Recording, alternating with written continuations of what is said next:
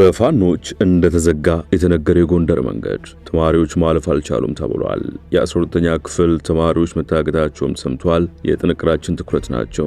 በጠቅላይ ሚኒስትሩና በጌታቸው ረዳ መሃል የቆሙት የሱዳኑ ሰላይ በወፍ በረር ይቃኛል። ከዚህ ውጭ የአገሪቱ ጥምር የጸጥታ ኃይል በኢትዮጵያ ወቅታዊ ሁኔታዎች ዙሪያ መወያየቱ ሰምቷል። በአራቱ የኢትዮጵያ ማዕዘናት ፍተሻ ይጠናከራልም ተብሏል። ሌሎች ጉዳዮችም ተካተዋል። አክብሮታዊ ሰላምታችን በያላችሁበት ድረስ የተወደዳችሁ ሸገር ታይምስ ቤተሰቦች እንዴት ናችሁ? የዕለቱ መረጃ ጥንቅራችን አዳዲስ ክስተቶች ተካተውበት እነሆ ጀምሯል። በመግቢያችን ላይ ያስተዋወቅናችሁን አበይት ነጥቦች እንደሚከተለው በዝርዝር እንመለከታለን። አብራችሁን ቆዩ።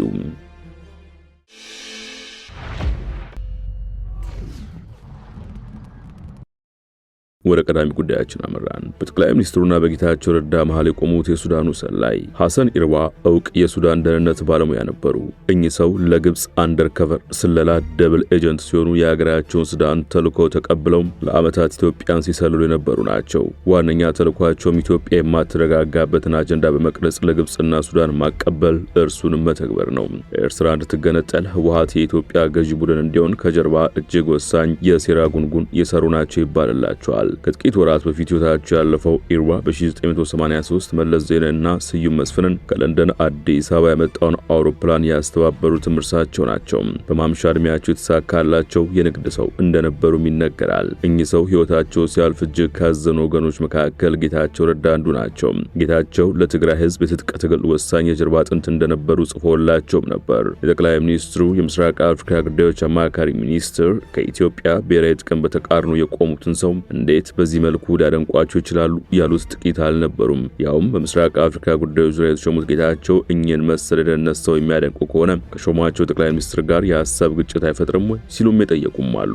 ህዳሴ ግድብን በተመለከተ የኢትዮጵያን ጥቅም ደግፈው ከሚከራከሩ ሰዎች መካከል ካሚል ሸምሱ ሐሰን ኢርዋ ኢትዮጵያ ላይ ሲያከናውኑ ከነበሩ ሴራዎች መካከል ጥቂቶቹን ከራሳቸው አንደበት ከአረበኛ ወደ አማርኛ በመተርጎም ለህዝብ አቅርበዋል። ከነዚህ መካከል ግብፅ የዘመናት እቅዷ ኢትዮጵያ በኢኮኖሚም ሆነ ፖለቲካ የተዳከመች ማድረግ ካልሆነ መበታተን ነበር ሲሉ የገለጹ ሲሆን ይህ የካይሮ እቅድ በብዛት የተሳካለት ነበር ብለዋል። ኢርዋ አክሎም ከ2010 የመንግስት ለውጥ በኋላ ግን የግብፅ እቅዶች እየከሸፉ ስትራቴጂዎቿ እየተዳከሙ መጥተዋል በማለት የጠቅላይ ሚኒስትራዊ መንግስት በዚህ ጉዳይ ስራ ከፍ ያለ ነበር ሲሉ አሞግሰዋል። በፋኖች ተዘግቷል የተባለው የጎንደር መንገድ ተማሪዎች ማለፍ አልቻሉም እየተባለ ነው። በአማራ ክልል ደቡብ ጎንደር ዞን የፋኖ ታጣቂዎች በሚጥሏቸው እንቅስቃሴ ገደቦች የተነሳ መንገዶች መዘጋታቸው የ12ኛ ክፍል ብሔራዊ መልቀቂያ ፈተና የሚወስዱ ተፈታኞች ፈተና ወደሚሰጥበት ደብረታቦር ዩኒቨርሲቲ ለመሄድ መቸገራቸው ተሰምቷል። ተፈታኞቹ ከትናንት ጀምሮ እስከ እሁድ ድረስ ወደ ዩኒቨርሲቲ መግባት እንደሚጠበቅባቸው ምንጮች ገልጸዋል። ታጣቂዎቹ ከእስቴ ወረዳና አካባቢ ወደ ስማዳ ወረዳ፣ ከስማዳ ወረዳና አካባቢ ወደ እስቴ ወረዳ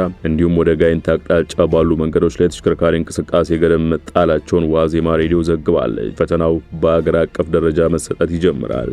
ከዚሁ ጋር በተያያዘ የ12ኛ ክፍል ተማሪዎች መታገታቸው ተሰምቷል። በጋምቤላ ክልል በመጪው ሰኞ የሚጀምረውን የ12ኛ ክፍል ፈተና ለመውሰድ በጉዞ ላይ የነበሩ 3 ሴት ተማሪዎችና አንዲት 13 ዓመት ልጅ በሙርሌ ታጣቂዎች መታገታቸውን ሁለት የጎግ ወረዳ የመንግስት ኃላፊዎች ለቢቢሲ ተናግረዋል። ከ13 ከ22 ዕድሜ ያላቸው 4 ሴቶች በታጣቂዎች የታገቱት ረቡዕ ሰኔ 18 2017 ዓ.ም ከቀኑ 4 ሰዓት ገደማ እንደሆነ ባለስልጣናቱ ገልጸዋል። 4ቱ ሴቶች የታገቱት በአኟ ዞን ጎግ ወረዳ ከምትገኘው ቴዶ ቀበሌ ተነስተው ወደ ወረዳው ዋና ከተማ ፔኞዶ በእግር እየተጓዙ በነበረበት ሰዓት እንደሆነ የወረዳው የካቢኔ ጉዳዮች ጽሕፈት ቤት ኃላፊ አጃክ ኦኮንጎ ለቢቢሲ ተናግረዋል። ከአራቱ ሴቶች መካከል 3ቱ የ12ኛ ክፍል ተፈታኞች እንደሆኑ የሚናገሩት አጃክ ወደ ፒኞዶ ከተማ እየተጓዙ የነበረው ቅዳሜ ከሌሎች ተፈታኞች ጋር በመሆን ፈተና ወደሚሰጥበት የጋምቤላ ዩኒቨርሲቲ ለመሄድ ነበር። በሀገር አቀፍ ደረጃ የሚሰጠው የ12ኛ ክፍል ፈተና የሚጀምረው በመጪው ሰኔ 23 ቀን 2017 ዓ.ም ነው። አራተኛዋ ታጋች 13 ዓመት ታዳጊ መሆኗን የሚናገሩት ኃላፊው ሌሎቹ ታጋቾች እድሜያቸው 18፣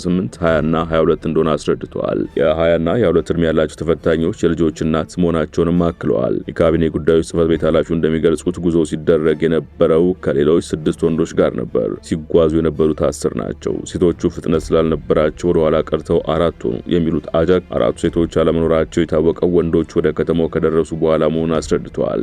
ሌሎቹ ተጓዦች ለፍለጋ ተመልሰው ከሄዱ በኋላ 4ቱ ሴቶች እንደታገቱ መታወቁን ተናግረዋል። የጋምቤላ ክልል ፖሊስ ኮሚሽንም በፌስቡክ ገጹ ባወጣው በወጣው መረጃ በእግር በመጓዝ ላይ የነበሩ 4 ታዳጊ ልጆች መታገታቸውን ሪፖርት እንደተደረገለት አስታውቋል።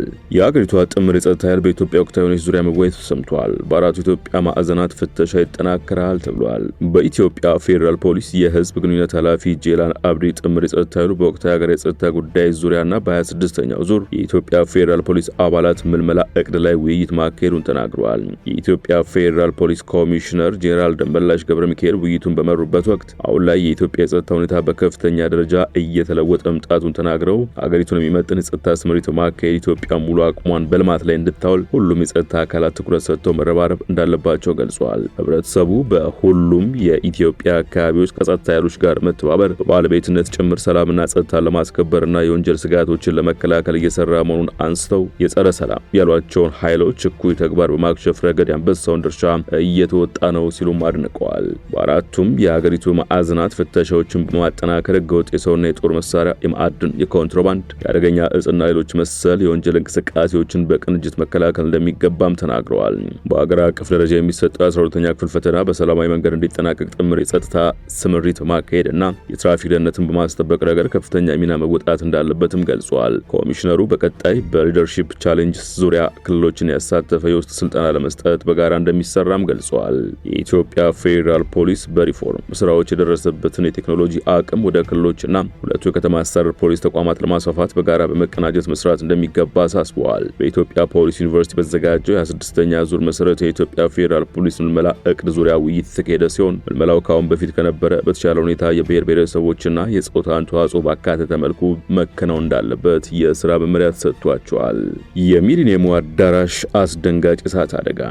በግዙፉ የገበያ ማዕከል ተነስቶ የነበረው እሳት አደጋ በቁጥጥር ስር መዋሉ ሰምቷል። በሚሊኒየም አዳራሽ ተከስቶ የነበረው እሳት አደጋ በትናንትናው ዕለት ብዙዎችን አስደንግጦ ነበር። በርካቶችም ክስተቱን በማህበራዊ ድረገጽ ሲቀባበሉት ነበር። ያም ሆኖ ትናንት ሰኔ 20 2017 ምሽት 4 ሰዓት ገደማ በሚሊኒየም አዳራሽ ተከስቶ የነበረው የእሳት አደጋ ሙሉ በሙሉ በቁጥጥር ስር መዋሉን የአዲስ አበባ እሳትና አደጋ ስጋት ስራ ኮሚሽን ገልጿል። በአደጋው በሰው ህይወት ላይ ምንም አይነት አደጋ አልደረሰም። ባለፉት ቀናት ቢግ 5 ኮንስትራክሽን የተባለ ባዛር እና ኤክስፖ ሲካሄድ ነበር።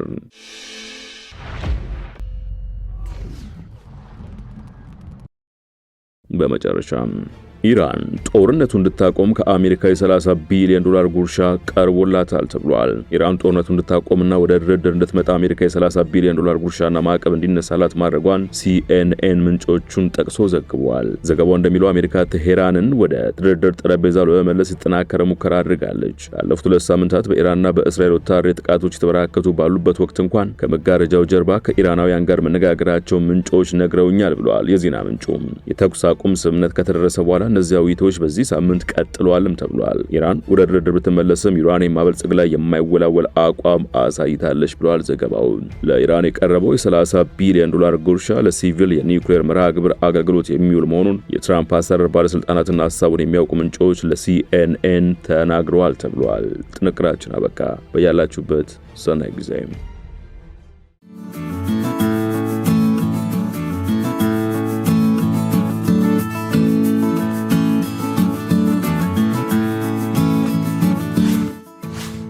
ሸገር ታይምስ ሚዲያን ሰብስክራይብ በማድረግና ደወሉን በመጫን ይከተሉን።